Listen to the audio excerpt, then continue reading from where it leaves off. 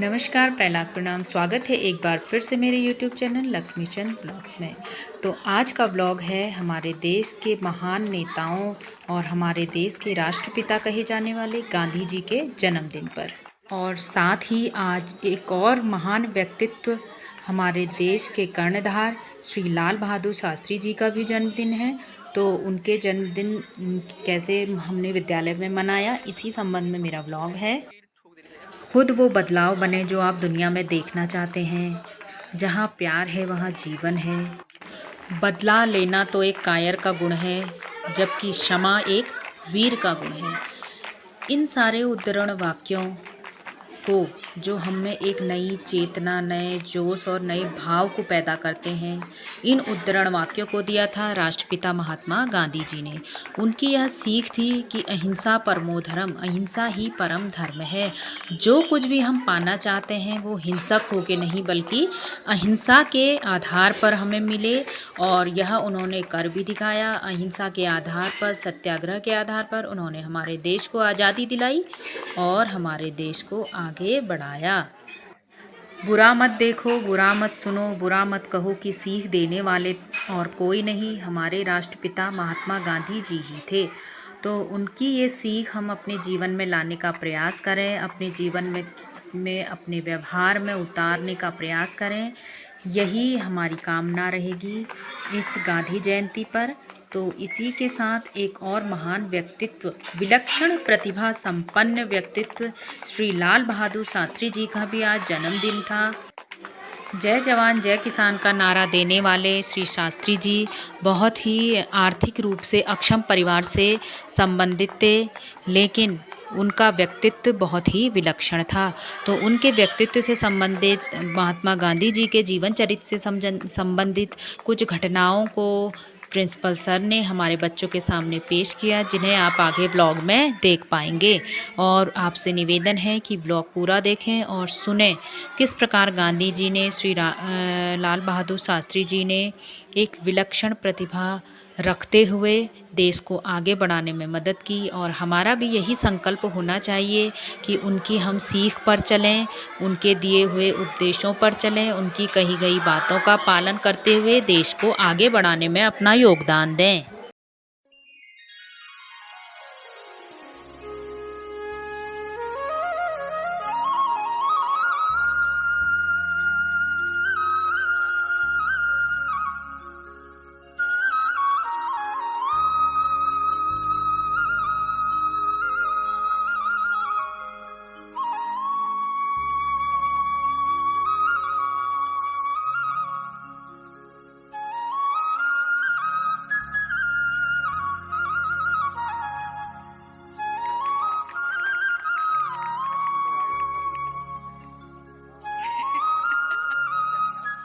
Blog आएगा।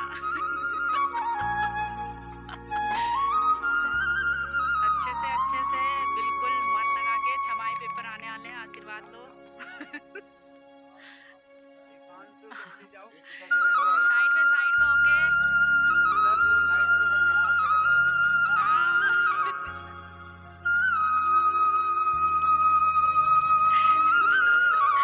Sir कितनी अच्छी तरह बता रहे हैं। हाँ।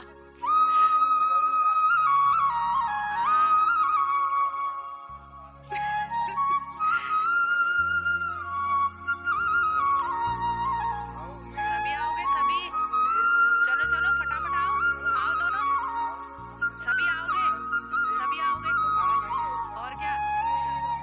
हाँ तभी तो, आशीर्वाद लो, छमाई पेपर है तेरे से।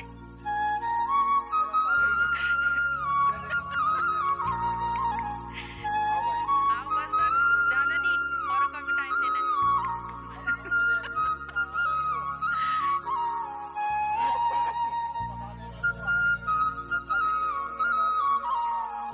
हाथ जोड़ो। हाँ चलो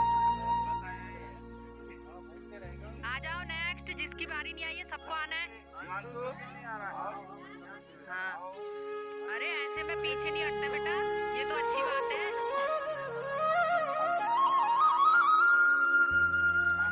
हाँ प्रणाम भी करना है।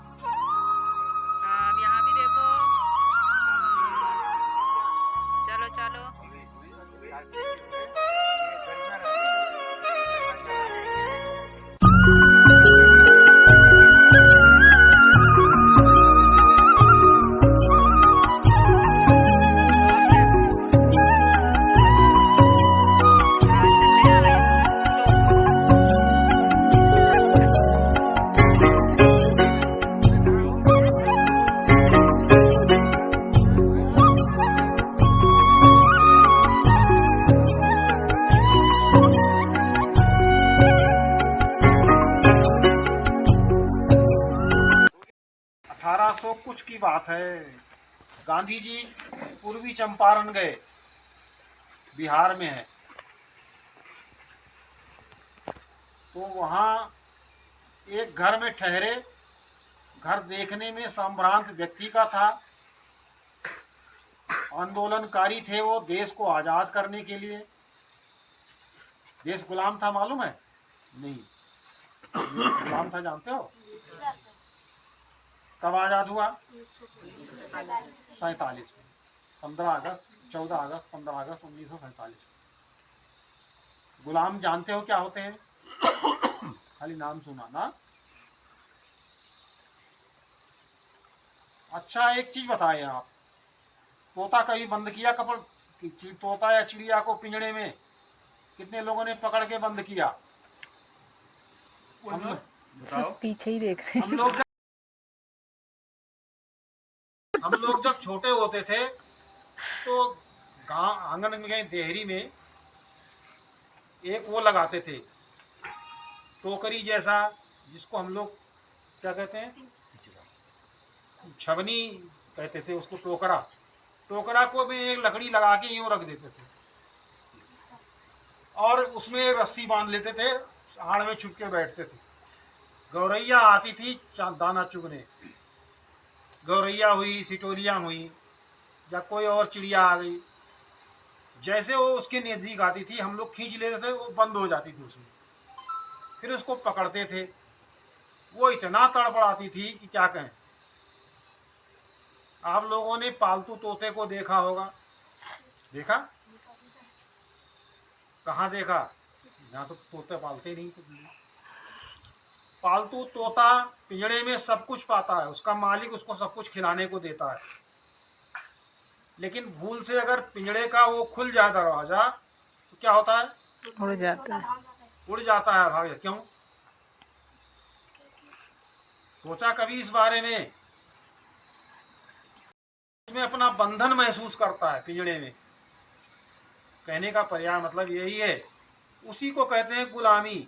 मिलता सब कुछ था उस समय, लेकिन क्या था? दूसरों के सहारे। गुलामी के विषय में कहते थे, मिले खुश्क रोटी, किसी कवि ने लिखा था, मिले खुश्क रोटी अगर पेट भर कर। खुश्क रोटी मतलब खाली नमक रोटी, जिसमें घी भी तेल भी चुपड़ा ना हो, उसको खुश्क रोटी कहते हैं। मिले खुश्क रोटी अगर पेट भर कर, तो वो भी गुलामी के हलवे से बेहतर है। जैसे आप तोते को दूध भी पिलाते होगे, दाने भी देते होगे, लेकिन वो खुश्क रोटी के वो गुलामी महसूस करता है। वहाँ जब पिंजड़ा खुला उसको आज़ादी महसूस होती है, समझ गए? तो वही हाल था। ये हमारे गुलामी को दूर करने में ये क्रांतिकारी लोग रहे, जिन्होंने देश को आगे बढ़ाने के लिए, आज़ाद करने के लिए अपना सर्वस्व दे दिया। तो गांधी जी की बात कर रहा था मैं। ये चंपारण गए, पूर्वी चंपारण बिहार में, आंदोलनकारी आदमी था वो।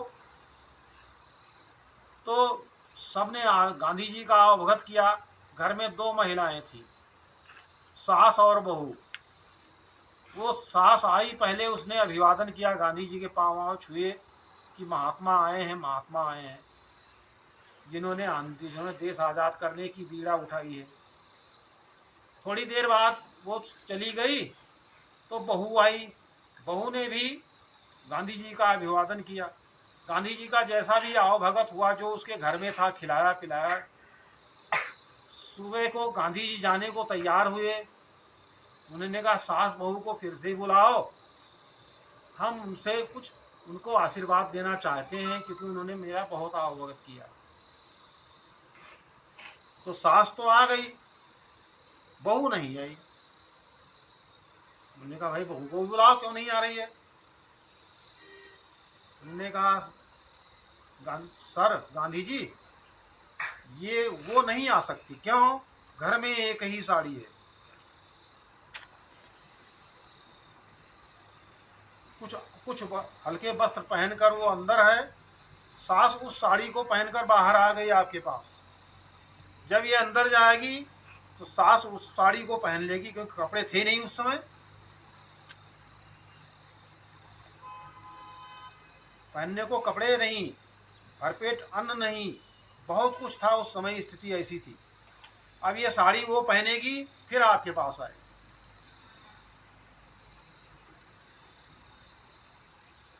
तो उस समय गांधी जी ने प्रण कर लिया उसी समय।